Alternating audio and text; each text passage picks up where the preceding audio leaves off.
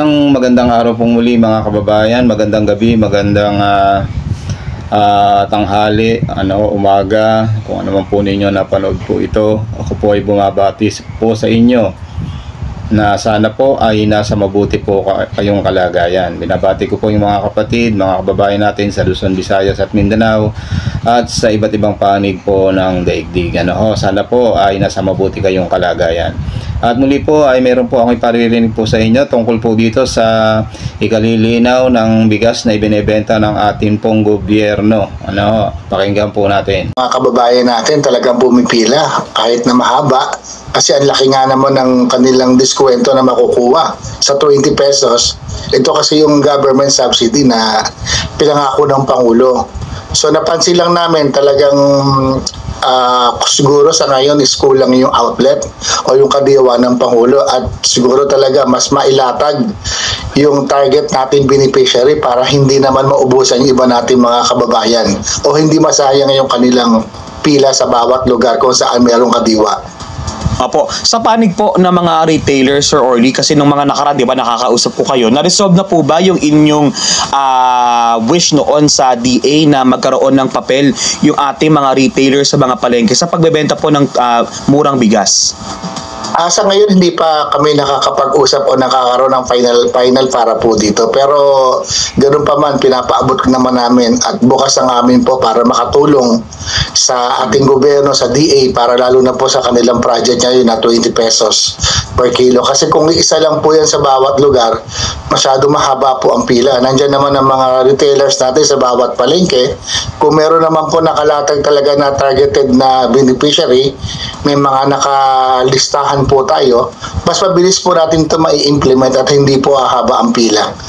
Kamusta naman, sir, ang competition ngayon sa mga palengke? Kasi ang sinasabi ng ilan sa mga opisyal, dahil nga may 20 pesos per kilo ng available, baka yung mga retailers natin ay maengganyo din na magbenta ng murang bigas para maibaba doon sa level ng 20 pesos. Yung pagtapat sa 20 pesos, hindi kaya ng mga retailers natin yan o kahit ng mga nasa rice industry natin na stakeholders dahil sa kanyang presyo, puunan, hindi talaga kakayanin. Actually, ang palay ngayon nasa 21 pesos ang presyo, 21. Pag kinonvert natin yan sa bigas, nasa kulang-kulang 40 pesos yan. So kung tatapat yung mga millers natin o retailers, malakang isa subsidy, hindi kakayanin talaga. So sa ngayon talaga, ang ating DA lang ang may kakayanan na makapagbigay at makapag-subsidy ng 20 pesos para sa mga kababayan natin na PWD, seniors, siguro sa 4-piece at saka ibang OFW, single parent, na talaga nangangailangan ng murang bigas. Ang malinaw ngayon, Sir Orly, ang 20 pesos per kilong bigas ay kayang ibenta kung subsidized. Yes, yun yung katotohanan talaga. Kahit naman yung imported na bigas, mababa sa world market, nasa around 29 pesos, 31, 32 ang landed cost niya. So hindi pa rin talaga kaya ibenta ng 20 pesos. So kung 21 pesos ang bentahan ng palay ngayon, Sir Orly, nasa magkano ang laro ng bentahan ng bigas ngayon sa mga palengke natin? Sa ngayon, pagka nasa 21 pesos ang natin, ang palay natin yan, pag naging bigas siya, nasa mga 35, 34, 36, depende sa quality. So makita natin sa market yan, nasa 38 hanggang 40. Meron naman din talagang mura, mga 19 pesos na kuha ng mga nakaraan. Ito yung makikita natin ng mga 35, 37, 38. Ang ano lang nito is dahil papasok na yung lean months season. Itong June, July, August is wala tayong harvest. So makaka-experience tayo na medyo aangat ng konti ang presyo ng palay at ganoon din ang bigas. Pero ito naman palagay ko ay bahagya dahil sa world market naman ay mababa pa din naman ang presyo ng bigas.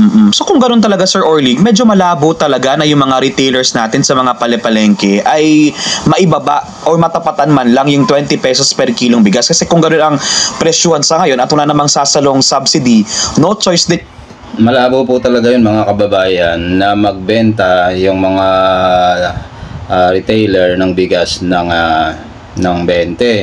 Kasi nga po, gaya na sinabi po ng atin pong dito po sa pinag-uusapan po natin na talagang ang bentahan po ng palay sa labas ay nasa 21 pesos.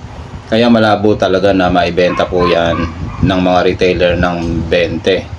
Hindi po talaga pwede yun. Ang mga makagagawa lang po talaga niyan yung gobyerno, dahil merong subsidiya na mangyayari. Pero sa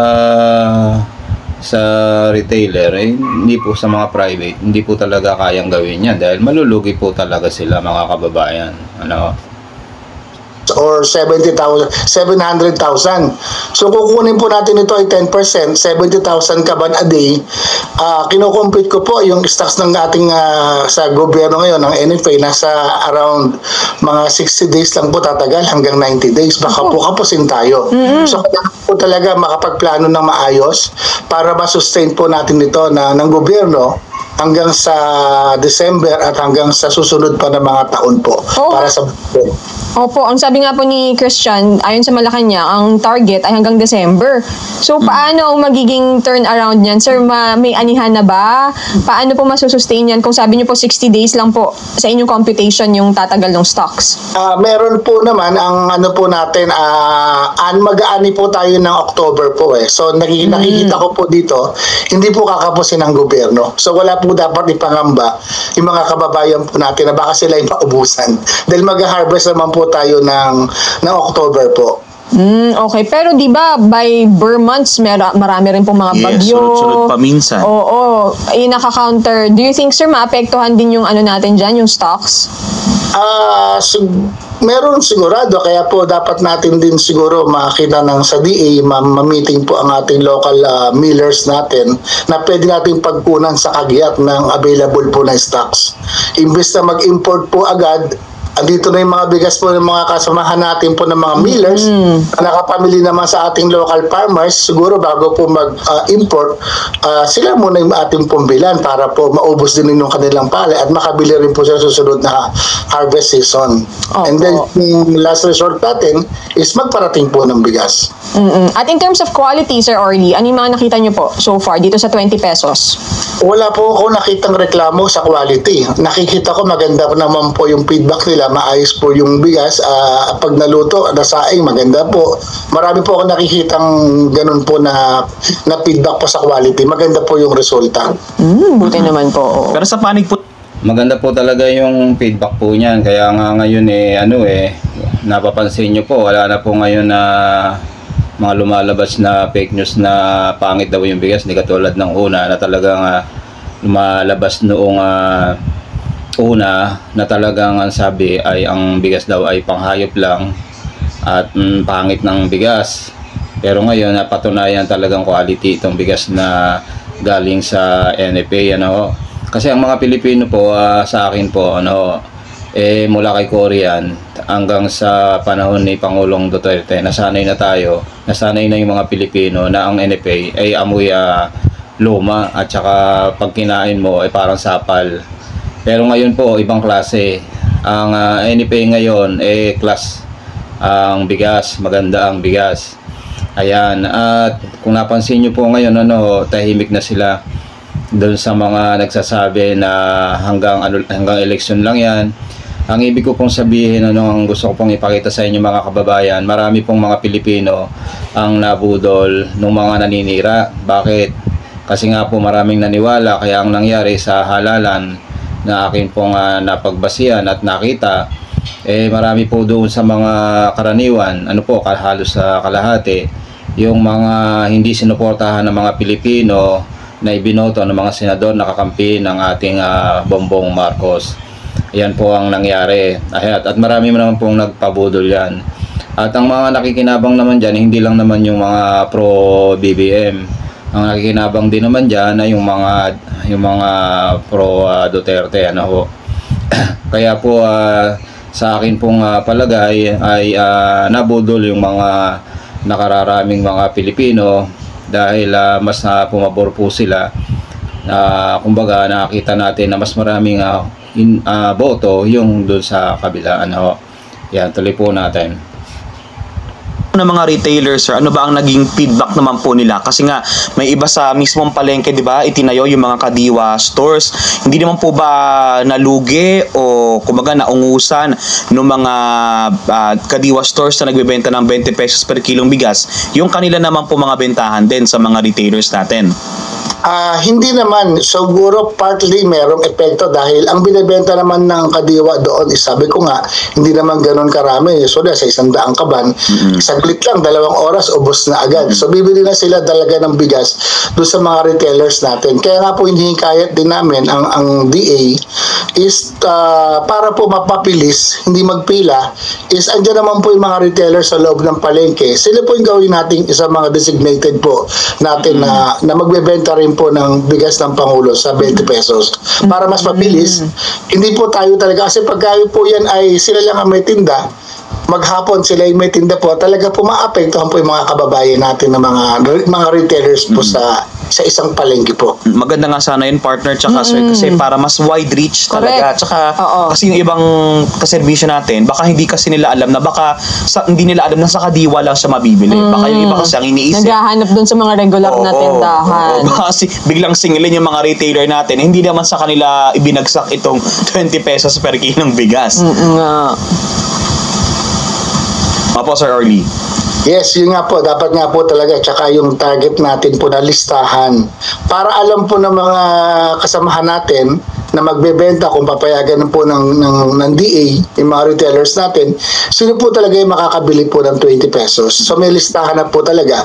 Hindi po yung nag-aabang po ang lahat. Oy, ako senior, ako PWD. So baka mamaya po, maabuso naman masyado yung ating pong 20 pesos. Lalo po tayong magagulo-gulo sa isang lugar. So kailangan po talaga may listahan na po talaga. Pero sir, kung sakaling pagbigyan ng DA yung inyong hiling na payagan din yung mga retailers natin na magbenta ng 20 pesos per kilong bigas, ano po yung magiging safeguard naman nun para sa siguro sa supply na hindi naman din maabuso ng ibang mga retailers? Baka kasi may ibang i-gatekeep o hindi fully ibenta yung mga murang bigas or patungan pa nila kahit subsidized na. Ano yung magiging safeguard doon? So makita po natin siguro yan doon sa listahan kung talaga napunta po doon sa mga beneficiary, at kung hindi napunta, yun po yung reklamo na maibibigay nila at hindi natin pagtingtahin ng isang retailer natin pagka po ganun ang ginawa. Kaya po naman tayo nandyan is para makatulong, hindi para gamitin ito para makapagsamantala sa mga mamimili po talaga na targeted beneficiary po natin. So tanggalin natin siya ron. Kung ganun po yung kanyang ginagawa, kumbaga one strike lang po yan. Pagka ginawa mo yan, hindi ka na makakapagtinda, ibibigay natin doon sa katabi mo na gusto magbenta na talaga ng 20 pesos para makatulong sa kababayan po natin. Opo. Sir, do you think itong 20 pesos ay katuparan ng campaign promise ni Pangulong Marcos noong 2022? Considering na kung isipin mo on the one hand, parang hindi naman siya talaga bumaba to 20 pesos kasi may subsidy kaya siya bumaba. Pero yung market price niya, mataas pa rin. Mahal pa rin. So, natupad ba yung pangako or parang napinilit? Ang patingin namin dyan, syempre talaga sa panahon ngayon, subsidy lang yung pwedeng igawin ng gobyerno para makamit yung 20 pesos. Sa cost of production talaga, hindi kakayanin. Even naman sa imported na bigas, hindi rin po kakayanin ng 20 pesos. Kahit po wala tayong bayarang taripa, hindi rin po talaga kaya. So ito talaga, pinag-aralan naman ng gobyerno, narinig ko naman sa kanila na talagang kailangan i-subsidy para maibenta po talaga yung 20 pesos sa kababayan po natin. Apo. Sir Orly, mabilis lang. Can you walk us through? Paano nga po? Yung sabi nyo nga po, yung cost talagang hindi aabot sa 20 pesos. Ano po ba yung mga cost na when it comes to rice production? Una-una, syempre po yung seeds natin, yung binhi po. Meron po tayong cost po dyan, yung fertilizer, yung cost, yung labor po natin, and then yung post-production po facility. So yun po, and then pangalawa po, syempre yung irrigation po yan. Kung talagang walang patubig, nagbobomba po sila, may diesel po yan na ginagamit. So nakakadagdag po yan, tsaka yung logistic po natin. So yung long-term solution po talaga natin is ayusin po talaga yung irrigation natin, yung post-production harvest po natin, natin at yung mga binhi, yung cluster farming nga po, lagi po namin sinasabi. Ito po rin kasi yung ginagawa po ng model po ng Vietnam. Meron na sila mga 4 hanggang 5 klase po ng bigas. Hindi po kamukha natin dito, napakarami po nating klase ng bigas at tinatanim po ng ating magsasaka. So ngayon po, kung ano yung kailangan sa merkado, yun po talaga dapat itanim natin. Yung magagandang klase natin, yung mga 160 na inbred o yung mga hybrid po natin na quality at maganda na makakatapat po sa Vietnam at Thailand. So ito po talaga yung dapat pagtuunan natin ng pansin para makasabay tayo. Pagka maganda po yung ating cost of production, mapababa po natin dahil meron tayong irigasyon. Yung mga lugar po na hindi nakakapag-ani ng 2 beses, ngayon makakapag-ani na dahil may irigasyon po ngayon at maganda po yung ating seedlings. Palagay ko bababa po natin ang presyo. Makakamit po natin yung 20 pesos. Pero po it's a long-term solution po. Kumbaga magsisimula talaga siya, partner, tsaka Sir Orly, doon sa pagtatanim pa lang. Kung doon pa lang ay mababa yung cost, magta-translate siya sa mababang bentahan din sa mga palengke. Tama po. At saka pag tumaas po yung ating production, bababa po yung ating cost of production po. Pag tumaas po yung ating production, yung labor po natin, lahat, everything, bababa po yan. Makakamit po natin yung presyo na mababa. Oo, pero ang tagal na rin po na pag-uusapan nito, Oo di ba nga Sir Orly? Parang every administration, alam naman to. Bakit po kaya hindi pa rin natutugunan? Siguro kailangan po talaga mabalikan po natin ito uli para naman po maengganyo natin talaga yung makasaka natin na magtuloy-tuloy at ito support po talaga rin ng gobyerno at ngayon po pwedeng pumasok po yung mga private sector para tumulong po sa ating magsasaka. So it's time po siguro para po mapag-usapan natin talaga ito and then masolusyonan po natin yung mahabang panahon na po na nakasalalay po natin dito yung ating food security at ang ating food sufficiency po. Opo, nabanggit nyo rin sir na talaga ang isa sa problema talaga yung mataas nga na production cost. Pero parang lagi nating naririnig na mahal yung mga fertilizer, mahal yung mga ginagamit sa pagtatanim. Bakit parang di ba nagbabago yung ganong problema? Kasi nang laging pinupunto din kapag yung mga kausap natin mga farmer groups na mataas ang production cost. Bakit parang ano ba ang problema? Anong problema? Bakit ganun palagi ang naging reklamo? Yung po kasing unang fertilizer po natin imported. So kung kami kakayanan po tayo rito na mag-produce locally through sa ating mga sa DA po natin baka magawa po natin dito. So kailangan po din siyempre po ng malaking pondo para doon. Hindi na tayo mag-import ng fertilizer, dito pa lang gawin na po natin. So tingin ko malaking tulong po. Noong nakaraan po kasi mga panahon na umabot ang fertilizer, isang kaban po nasa 3,000 pesos. So ang laki po noon. Ngayon po nasa 1,000 po na lang halos ang isang sako po ng fertilizer. So yung ganung bagay po, makaka-apekto po siya sa ating production. So kung meron tayo sa loob dito, mas maganda, lalo na yung mga binhi po natin, magkaroon po talaga tayo ng sarili po natin na production ng binhi, dagdagan. Although meron po tayong mga private na naggagawa po ng mga binhi. So makagawa po ang mas marami po yung ating field rice ng binhi para makatulong po sa ating mga lokal po na farmers. Nako Sir Orly, sana po, di ba, nitong halalan, ang daming nangako. Oo nga ng Pagkain. pagtutok sa agrikultura, food security, etc. na ipaprioritize daw ang agricultural problems ng ating bansa. Sana po, di ba, ay maisakatuparan ngayong naihalal na po yung mga nanalo sa halalan. Yun po yung ating inaasahan na tulong-tulong po talaga sa ating mga farmers, sa ating gobyerno at sa ating private sector. So, kailangan po magsama-sama po talaga para dito. Sir Orly, maraming salamat po sa inyo at happy Yan po mga kababayan, yung ating pong narinig sa ikalilinaw po nitong bigas na ibinibenta ng ating gobyerno. At naman po natin, naliwanagan po natin na ang bigas ay talagang hindi po pwede dyan sa mga sa labas na gawing 20 dahil nga sa mataas pa rin ang cost ng pagsasaka dito sa ating sa ating bansa dahil nga po sa mga fertilizer na yan. Pero sa ginagawa ng ating gobyerno, kung po sila ay may plano, ay pababa po ng pababa yan. At talaga namang nakikita nating mababa na sa panahon natin, sapagkat nung panahon na bago pa umupo ang ating Pangulong Bongbong Marcos ay naglalaro sa May 70, May 60 at mayroong 50 Pero ngayon ang bigas meron 30 na nga po sa palengke, meron 30, may 32, may 34. Ngayon, ang pinakamahal ko na lang na nakita 50, 49 ganyan no. Na nakikita ko po sa palengke dito sa amin. Kaya po mababa na rin po talaga ang ibinaba ng bigas sa panahon po natin sa pamumuno ni Pangulong Bongbong Marcos. Yan po mga kababayan, yung ating narinig. Sana po inyong nagustuhan. Huwag niyo pong kalimutan na mag-like at mag-subscribe dito po sa aking muntin channel. Sana po huwag po kayo magsasawang makinig. Yan po, salamat po. At muli po, mga kababayan, gaya po ng aking sinasabi, mga kapatid, sa araw-araw na lumilipas sa ating buhay, huwag po natin kalimutan na magpasalamat sa Diyos na may laang. Bye-bye po.